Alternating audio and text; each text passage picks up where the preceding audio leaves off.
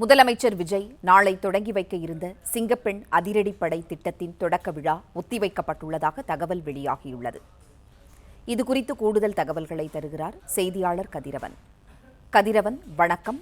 சிங்கப்பெண் அதிரடிப்படை திட்ட தொடக்க விழா ஒத்திவைக்கப்பட்டுள்ளது, விவரம் என்ன சொல்லுங்க? நாளை மாலை எழும்பூருக்குரிய ராஜராசனம் மைதானத்துல சிங்கப்பெண்கள் அதிரடிப்படை அந்த ஊக்க விழாவை தமிழக முதல்வர் விஜய் அவர்கள் துவக்கி வைப்பார் என்று தெரிவிக்கப்பட்டிருந்தது. ஆனால் தற்போது அது ஒத்திவைக்கப்பட்டதாக தகவல்கள் கிடைக்கப்பட்டிருக்கின்றன. ஏற்கனவே 27ஆம் தேதி நடைபெற இந்த நிகழ்ச்சி முதல்வரின் டெல்லி பயணத்தால் ஒத்திவைக்கப்பட்ட இரண்டாவது முறையாக தற்போது ஒத்திவைக்கப்பட்டிருக்கிறது.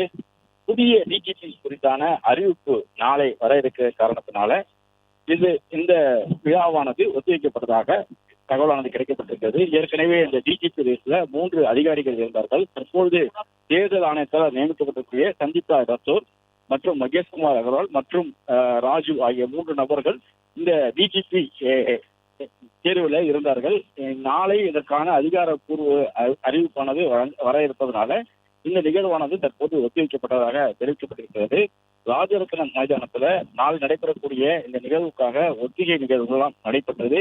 தற்போது டிஜிபியாக இருக்கக்கூடிய சந்தித்தா ரத்தோர் நேரடியாக சென்று ஆய்வு மேற்கொண்டு நாளை நடைபெறக்கூடிய இந்த நிகழ்வுக்கான ஏற்பாடுகளை பார்வையிட்டார்.